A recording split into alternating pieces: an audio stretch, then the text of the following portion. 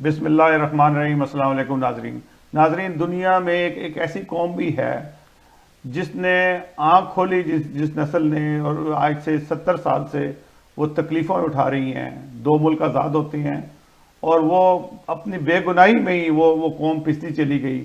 وہاں کے راجہ نے اپنی ایک جانبداری دکھاتے ہوئے اس حصے کو اپنے مذہب کے لوگوں کے حوالے کر دیا، اور عوام سے پوچھا بھی نہیں کہ بھی آپ کس طرف کو جانا چاہتے ہیں۔ یہ میں بات کر رہا ہوں کشمیر کی۔ کشمیر میں 70 سال سے زیادہ عرصہ گزر گیا کہ ظلم و بربریت کا بازار گرم ہے۔ اب اس کی انتہا ہو گئی ہے۔ انہوں نے انسانوں کو اس طرح بے دردی سے مار رہے ہیں، بچوں کو، کہ ان کو مارتے نہیں بلکہ اندھا کر دیتے ہیں۔ اندھا اور ایسے وہ معذور ہوتے ہیں کہ ان کی زندگیاں برباد ہو جاتی ہیں۔ عورتوں کے ساتھ ظلم ہو رہا ہے، بچیوں کے ساتھ ظلم ہو رہا ہے۔ کسی کو ان کا حال کے پر ترس نہیں آ رہا کہ دنیا کی تمام قومیں جو ہیومن رائٹس کی باتیں کرتی ہیں، انہوں نے آج تک کبھی کشمیر کو سنجیدگی سے نہیں لیا۔ آج ہم اس کے اوپر گفتگو کریں گے ناظرین۔ ہم میرے ساتھ موجود ہیں کشمیر گلوبل کونسل کے صدر جناب فاروق پاپا صاحب۔ سر، آپ کو ویلکم پروگرام میں۔ شکریہ سر، یہ جو کشمیر کا جو اتنا، آپ بھی خود بھی جدوجہد میں رہے کشمیر کے لیے، اور میں آپ کو پچھلے 18 سال سے دیکھ رہا ہوں کہ آپ نے انتھک کوشش کر رہے ہیں، لیکن بات تو یہ ہوتی ہے کہ کشمیر میں ظلم روز بڑھ رہا ہے۔ آپ کی آپ جو کوشش کرتے ہیں دنیا کے اندر، یہاں پہ بھی آپ کی کونسل ہے اور آپ کافی زیادہ متحرک ہیں، آپ کی یہ تنظیمیں بنی ہوئی ہیں، لیکن اس کا اثر کشمیر ہندوستان پہ ہوتا کیوں نہیں ہے؟ دیکھیں جی، آج کل کی دنیا میں بہت بہت شکریہ آپ نے مجھے بلایا ادھر۔ تو آج کل کی دنیا میں جو انٹرسٹ ہے وہ دنیا کے ممالک کا، جن کا ایک اثر رسوخ ہے ہندوستان اور پاکستان پر ہو سکتا تھا، وہ مصروف ہیں اپنی اکانومک انٹرسٹ میں۔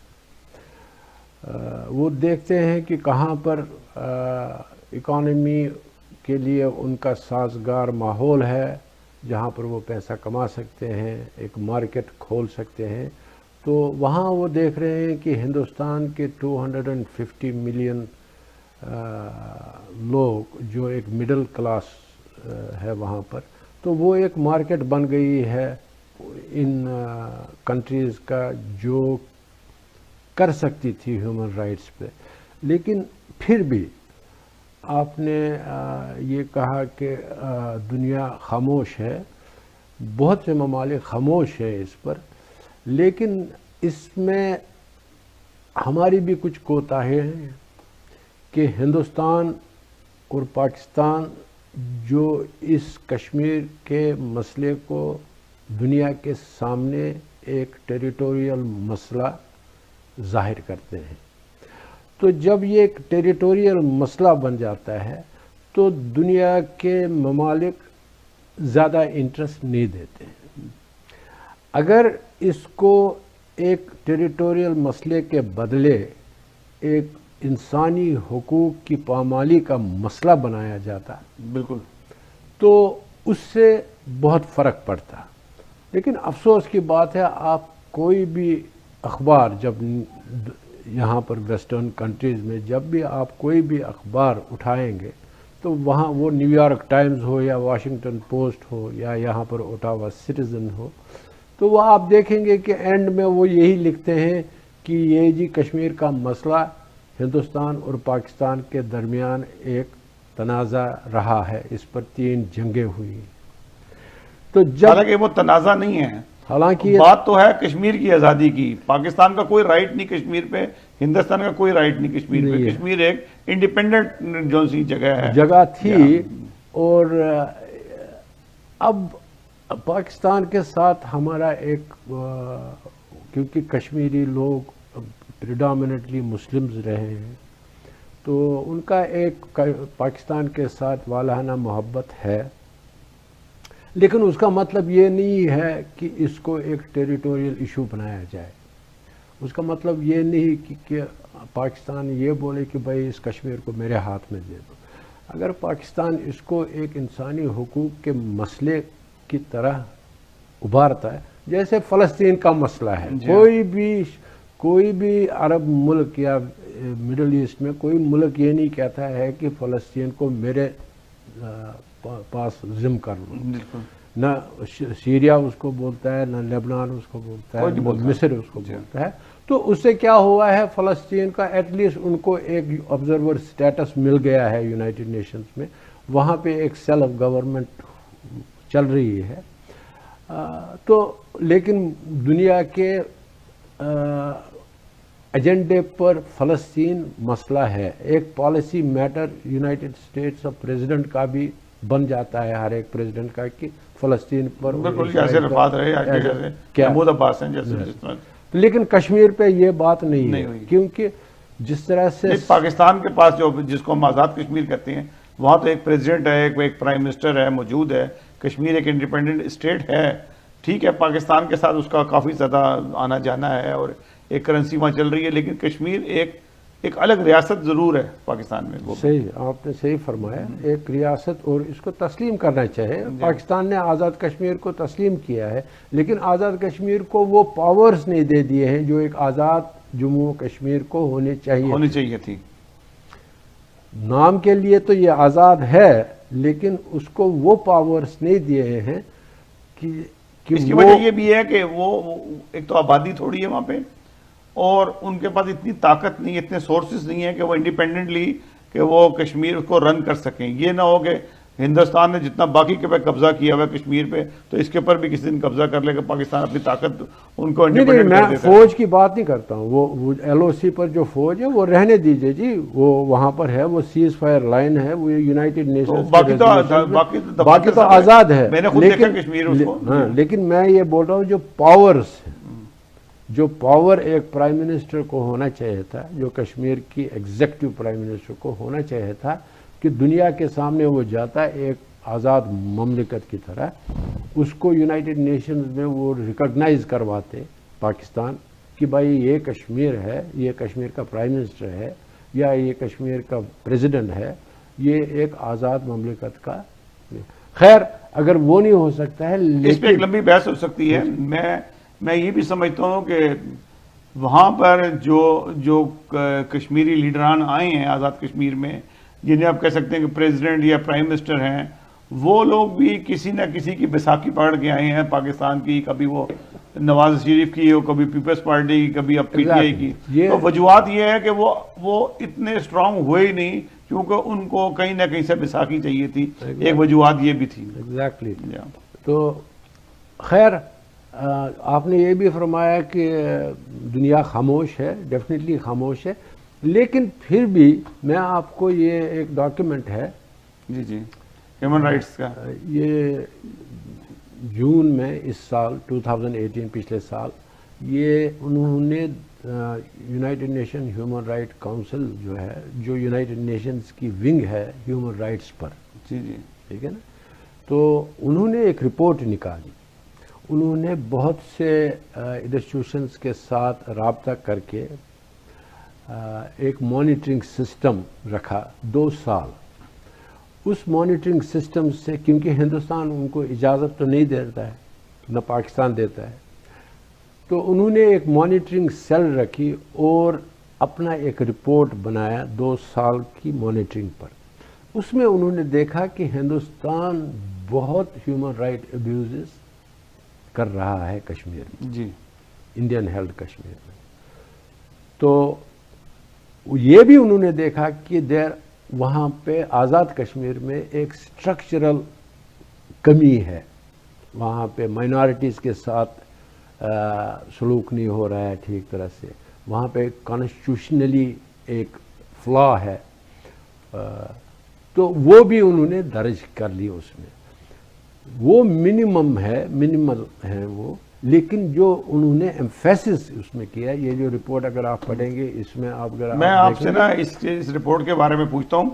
ہم نے ایک چھوٹی سی بریک لینی ہے، اور بریک کے بعد جب ہم آئیں گے تو آپ مجھے تفصیل سے بتائیے کہ جو انہوں نے یہ 2 سال کی محنت کر کے پوری رپورٹ تیار کی ہے، کشمیر جو مقبوضہ کشمیر ہے، جو ہندوستان نے اس پہ قبضہ کیا، اور جو ایک آزاد کشمیر ہے، دونوں کے بارے میں بتائیے.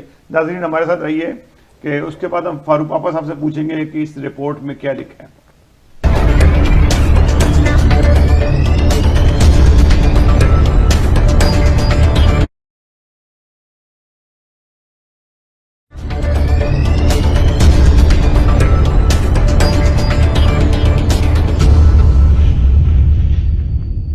ویلکم بیک ناظرین.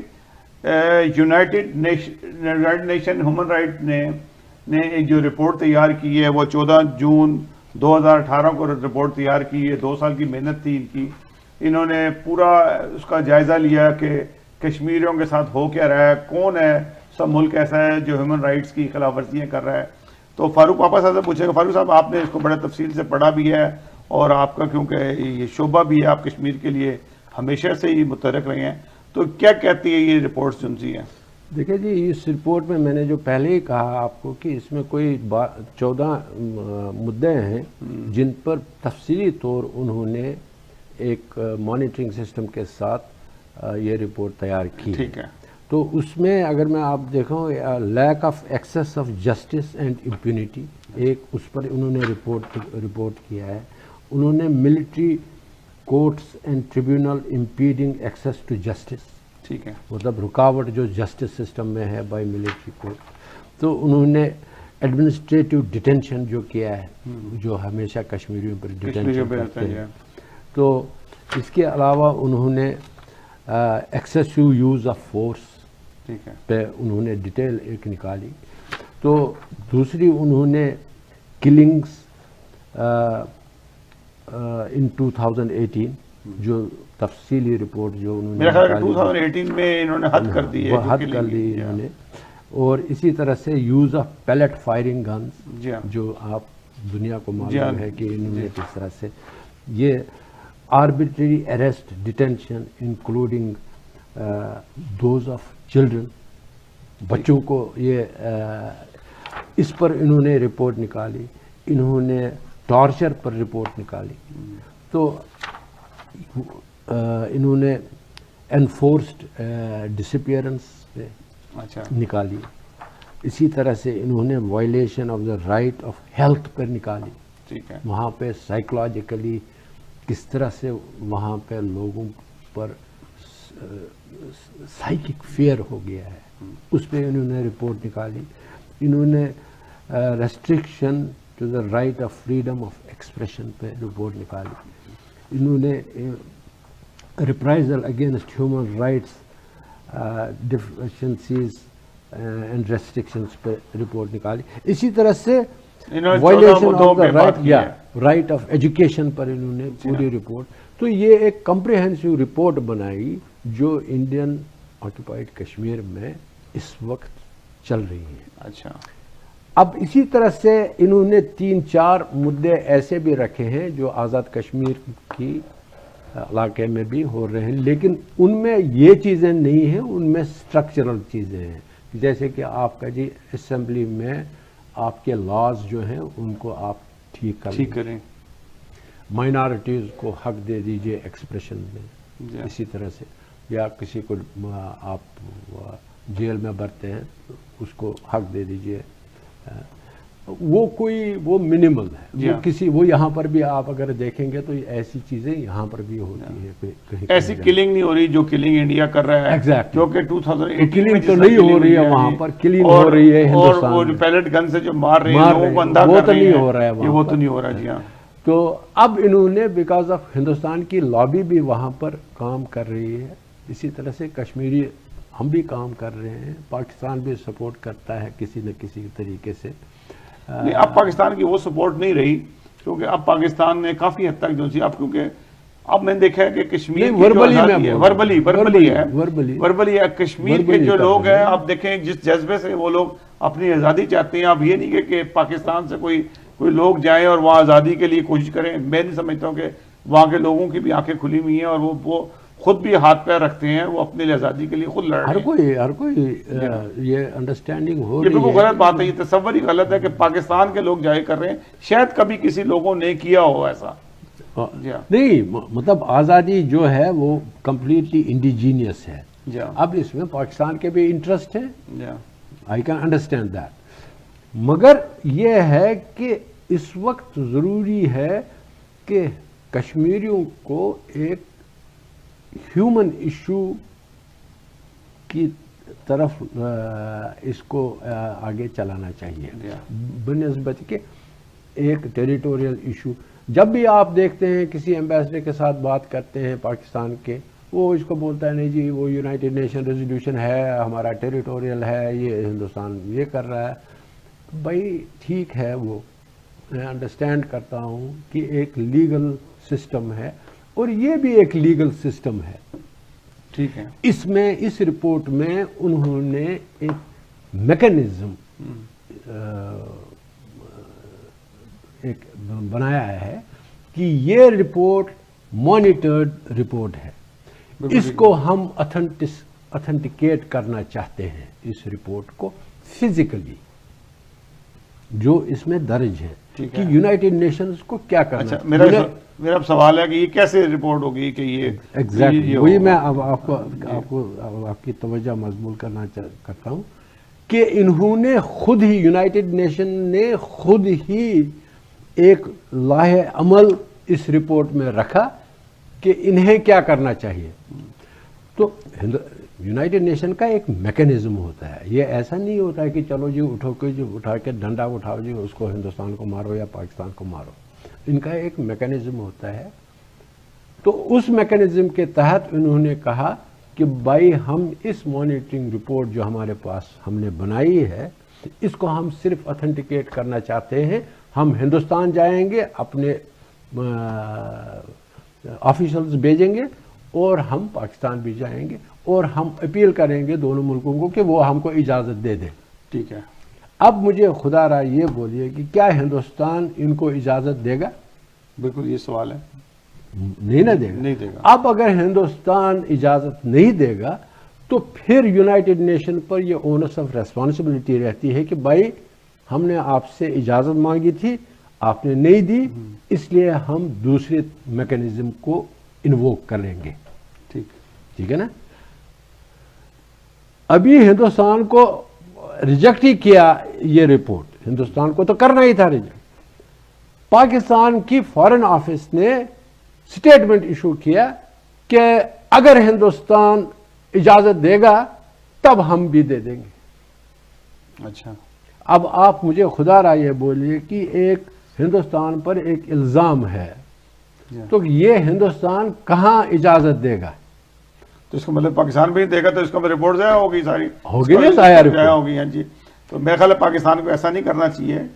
اور یہ کس زمانے میں یہ اس کو پاکستان نے کہا کہ ہندوستان دے گا تو ہم دیں گے؟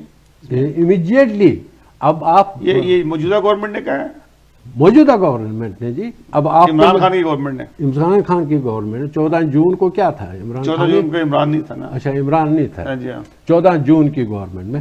لیکن میں ادھر یہ کلیئر کرنا چاہتا ہوں کہ جو ہیومن رائٹس منسٹر ہے, کیبنٹ منسٹر ہے شری مزاری صاحبہ, وہ بھی یہی کہتی ہے کہ ہمیں پاکستان کو یہ رپورٹ کے تحت, اس رپورٹ کے تحت ان کو اجازت دینی چاہیے تھی آنے کے لیے. آپ یہ کیسے سمجھتے ہو کہ ہندوستان یونائٹڈ نیشنز کو الاؤ کر لے گا؟ ہمیں کرنا چاہے تھا, اونس آف ریسپانسبلٹی پھر یونائٹڈ نیشنز پہ تھی کہ وہ کون سا میکینزم انووک کر سکتے تھے after the denial of India. یہاں پر میں شری مزاری صاحبہ کے ساتھ ہوں کہ وہ مطلب ہے کہ وہ موجودہ حکومت, جو موجودہ حکومت, جی ہاں, اس کا مطلب ہے جون میں جو ہوا ہے وہ میرا خیال ہے کہ وہ جون وہ کیئر ٹیکر حکومت تھی. کیئر ٹیکر حکومت مطلب جو جس کو فیصلہ کرنا ہی بہت مشکل کام ہوتا ہے, وہ فیصلہ کر بھی نہیں سکتے. نہیں, فیصلہ انہوں نے کیا. اگر کیئر ٹیکر حکومت ہے, آپ اس کو اسٹیٹمنٹ دے دیجئے کہ یہ ہم کیئر ٹیکر حکومت ہے, جب نئی حکومت فارم ہو جائے گی ہم اس پر کیونکہ بالکل اب جیسے آپ نے شری مزاری کا ذکر کیا ہے, اس سے بات واضح ہو گئی کہ اگر تو موجودہ حکومت ہوتی تو شاید وہ یہ فیصلہ نہ کرتی.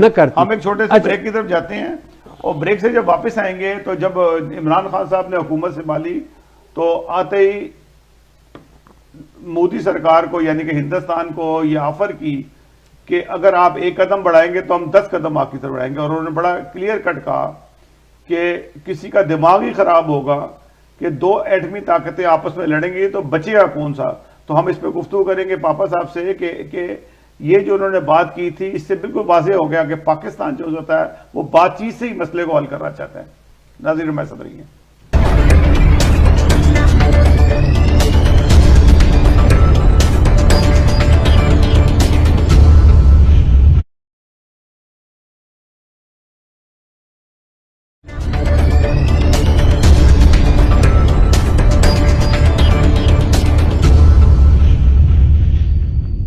ویلکم بیک ناظرین. جی پاپا صاحب، بالکل میں نے پروگرام دوسرے حصے میں وقفہ لینے سے پہلے یہ بتایا کہ عمران خان صاحب نے بڑی آتے ہی اپنا انہوں نے ہندوستان کے ساتھ جو پالیسی تھی وہ بالکل کلیئر کر دی کہ ہم نے کوئی جنگ نہیں کرنی اور جنگوں کا کوئی فائدہ بھی نہیں ہوتا. دیکھیں جنگوں میں ہم دونوں کو نقصان ہوتا ہے, لوگ بے گناہ لوگ مارے جاتے ہیں, فوجی مرتے ہیں, گھر تباہ ہو جاتے ہیں. اور اگر وہ بڑے بیوقوف لوگ ہوں گے کہ دونوں کے پاس ایٹم بم ہیں اور سیکنڈوں کا فرق ہوتا ہے کہ بٹن دبانے میں, اور دونوں ملک ختم ہو جائیں گے, تباہ ہو جائیں گے, وہاں جب انسان ہی نہیں بچنا تو کہاں کا کشمیر اور کہاں کا پاکستان اور کہاں کا ہندوستان, دونوں ختم ہو گئے. اس سے بہت بہتر ہے کہ ہم جس دن اگر ہم بیٹھیں گے بات کرتے ہیں اور ہم ایک سیٹ پہ بیٹھتے ہیں اور ہم جب بیٹھیں گے تو ہم کوئی فیصلہ کر کے ہی اٹھیں گے. یہ بڑی اعلیٰ بات کی, مجھے بڑی پسند آئی عمران خان صاحب کی بات. آپ کیا کہتے ہیں اس کے بارے میں؟ ڈیفینیٹلی اس میں دو چیزیں ہیں. ڈیفینیٹلی یہ ایک بہت اچھا سٹیٹمنٹ تھا عمران صاحب کا. شاید مجھے لگتا ہے یہ سٹیٹمنٹ دینے سے پہلے عمران صاحب کو کوئی کام کرنا چاہے تھا ٹریک 2 میں, انڈرسٹینڈنگ ڈیولپ کرنی چاہیے تھی کہ کیا ہندوستان واقعی بات چیت کرنے کے لیے تیار ہے کہ نہیں. ٹھیک ہے نا. تو ایک پرائم منسٹر کو آفر تو ضرور کی انہوں نے, لیکن جب وہ ریجیکشن میں چلی گئی تو اس سے اس آفر کو ایگزاسٹ ہو گیا. میں آپ کو ایک بات کلیئر کرتا جاؤں. اصل میں جس وقت یہ آفر کی اس وقت ہندوستان میں الیکشن کا سسٹم چل رہا تھا. آپ کو پتہ ہے کہ جتنی بھی اب اس وقت حکومتیں ہندوستان میں آتی ہیں وہ پاکستان کے خلاف جتنا زیادہ پروپیگنڈا کرتے ہیں وہ اتنی زیادہ ووٹ لیتے ہیں, لیکن اس دفعہ وہ ناکام ہوئے ہیں. تو اصل میں وجوہات یہ تھی کہ وہ پاکستان سے ہاتھ نہیں بڑھا سکتے تھے, یہ وجوہات تھی. نہیں, یہ ان کا ہندوستان ایک بلیجرنٹ سٹیٹ بن گئی ہے. ان کو یہ شاید یہ تاثر ہے کہ وہ بہت طاقتور ہے پاکستان سے اور وہ جو بھی چاہے کر سکتے ہیں. اور دوسری بات یہ ہے کہ اس وقت ہندوستان میں وہ ریڈیکل جو جماعت ہے مسٹر مودی کی, تو اس کو تو یہ پلے کرنا ہی ہے اپنا کارڈ الیکشن کے لیے پاکستان کے ساتھ دشمنی کرنے کی.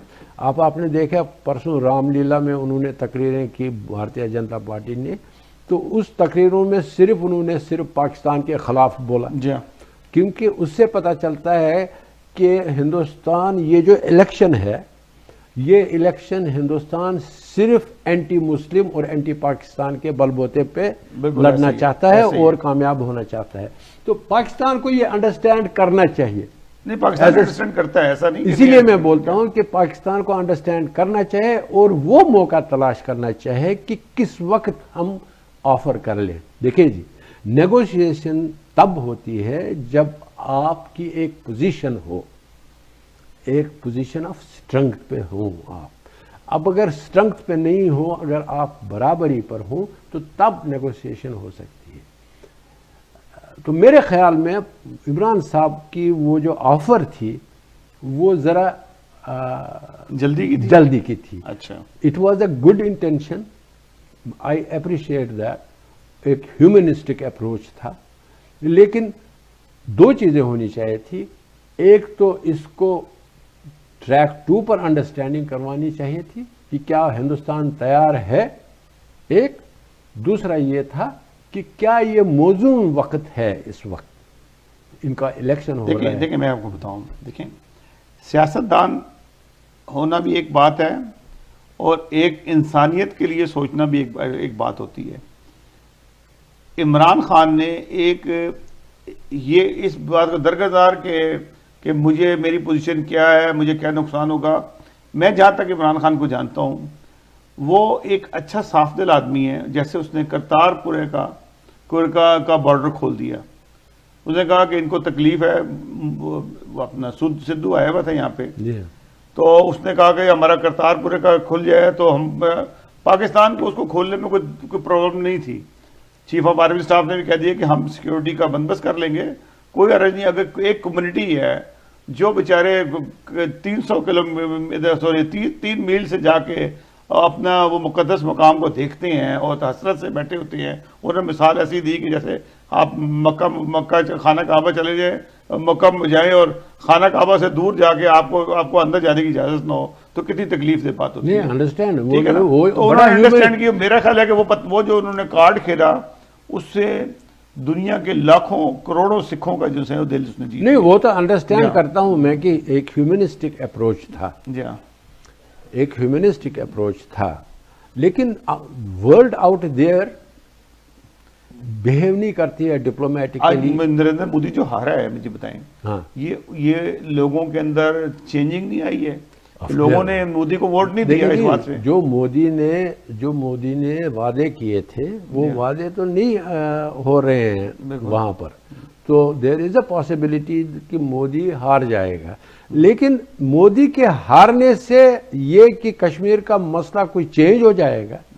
ہم نے کانگریس کی حکومت دیکھی ہے جس کو آپ سیکولر حکومت بولتے ہیں, انہوں نے بھی ظلم کیا. انہوں نے تو نہیں, ظلم تو ہندوستان کی ہر حکومت نے کیا. اور اگر ہم یہ چاہیں گے, ہم یہ سمجھتے ہیں یا پاکستان کے ارباب اقتدار یہ سمجھتے ہیں کہ بی جے پی پاکستان کشمیر پر بات نہیں کرے گی, کانگریس بھی کشمیر پر بات نہیں کرے گی, آپ کو اس کشمیر کو تنازع کی حیثیت سے اٹھا کر ایک انٹرنیشنلی اس ہیومن رائٹ ایشو بنانا چاہیے, اور پھر جا کر ہماری اور پاکستان کی ایک انڈرسٹینڈنگ کے تحت یہ کام آگے چل سکتا ہے اور ہندوستان پر ایک دباؤ ہو سکتا ہے. اور انڈرسٹینڈ کرنا چاہیے, اویئرنیس ہندوستان میں بھی, کہ آپ لوگ 8 لاکھ فوج لے کر کشمیر کی اپنی اکانومی کو تباہ کر رہے ہو, اپنے دنیا میں اپنا امپریشن جو ہے آپ کا ایک ظالم قوم کی حیثیت سے ابھر رہا ہے, اور آپ جو بھی ظلم کر رہے ہو کشمیر میں, اس سے آپ ہر روز کشمیریوں کو اپنے سے الگ کر رہے ہو. اب وہ وقت آ گیا ہے کشمیر میں کہ وہ کبھی بھی ہندوستان کے ساتھ رہنے کے لیے تیار نہیں ہے. وہ تو سوال ہی پیدا نہیں ہوتا کہ کشمیری کبھی بھی وہ ہندوستان کے ساتھ تھا ہی نہیں. بالکل. میں آپ کو ایک مثال دے دوں گا. یہاں پر ایک IAS آفیسر کشمیر میں تھا, ایک IAS آفیسر ہائیسٹ کیڈر کا بیوروکریٹ ہوتا ہے, کشمیری تھا, اس نے ایگزامز پاس کیے IAS کے, تو 2.5 سال وہ اس نے بیوروکریسی میں آئی تھنک سیکریٹری تھا, کمشنر بھی رہا ہے. 2 سال کے بعد وہ ریزائن کرتا ہے, بولتا ہے کہ یہاں پر جو کلنگز ہو رہی ہیں میں برداشت نہیں کر سکتا ہوں. اب آپ انڈرسٹینڈ کر لیجئے کہ ایک IAS آفیسر جس کی کریئر کمپلیٹلی سیکیور ہے, اس کی ریٹائرمنٹ سیکیور ہے, پھر بھی وہ ریزائن کرتا ہے, بولتا ہے کہ بھائی یہ یہاں پر ظلم ہو رہا ہے. تو ایلین نیشن جو کشمیریوں کی ہے اگینسٹ ہندوستان, وہ پیک پر پہنچی ہے. تو مجھے نہیں لگتا ہے کہ ہندوستان اس کو اب اپنے ساتھ رکھ سکتا ہے. نہیں رکھ سکتے. دیکھیں ہندوستان کو نظر آ رہا ہے جس حد تک اس نے کلنگ کی ہے, جتنا ظلم کیا ہے, وہ صرف اپنی فوج کو بھی مروائے گا, وہاں فوج بھی مرے گی, لازمی بات, لوگ ریئیکشن بھی ہوتا ہے. وہاں پہ جو یہ لوگ لڑ رہے ہیں وہ کوئی پاکستان سے نہیں آ رہے ہیں, وہ کشمیر کے ینگ بوائز ہیں, جنون میں وہ نکلے ہیں, وہ اپنے آپ کو ختم کر رہے ہیں. ہمیں افسوس ہے کہ وہ ہندوستان کی مائٹ کے ساتھ تو مقابلہ نہیں کر سکتے, لیکن وہ ریزنٹمنٹ جو دکھا رہے ہیں وہ انڈیا کو انڈرسٹینڈ کرنا چاہیے کہ بھائی یہ اس قوم کو آپ آکیپائی نہیں کر سکتے ہیں فار اے لانگ ٹائم. آپ 8 لاکھ فوج رکھیں ادھر, 8 لاکھ فوج کے بل بوتے پر آپ گورنر کو رکھ لیجئے, آپ فاروق عبداللہ کو لائیے, آپ محبوبہ مفتی کو لائیے یا کسی اور کو لائیے, لیکن 8 لاکھ فوج یا 9 لاکھ فوج آپ کو ادھر رکھنی ہے, تب جا کے کشمیر آپ کے ساتھ ہے. 9 لاکھ فوج رکھنی ہے اس نے, تب عبداللہ فاروق وہ- عبداللہ یا کوئی بھی کر سکتا، نہیں تو ویسے نہیں ویسے کو نہیں کر حکومت نہیں کر سکتا. میں چیلنج کرتا ہوں جی ہاں. کسی کو، یہ ہندوستان وہاں سے 7 لاکھ ہی نکالے، 1 ہی لاکھ رکھے، پھر میں دیکھتا ہوں اس کی حکومت کیسے چلے گی وہاں پر. میں چیلنج کرتا ہوں ہندوستان کو. یہ ڈیموکریسی جو ہے یہ وہاں فوج کے بل بوتے پر یہ چلا رہا ہے، ایک فالس ڈیموکریسی، یہ نان فنکشنل ڈیموکریسی ہے ہندوستان کی. بالکل. فاروق صاحب بہت بہت شکریہ، آپ نے بڑی معلومات دی. آئندہ بھی آپ کو پروگرام میں بلاتے رہیں گے اور یہ کشمیر کے بارے میں بہت بہت اور شکریہ. ہندوستان کی جو سیاسی صورتحال ہے اس پہ گفتگو کریں گے. بہت بہت شکریہ. ناظرین ہم ایک بریک لیتے ہیں اور بریک سے واپس آتے ہیں تو تھوڑا سا ہم کینیڈا کی میں جو نامینیشن کے الیکشن ہو رہے ہیں تھوڑا سا اس پہ گفتگو کریں گے. ناظرین ہمارے ساتھ رہیے گا.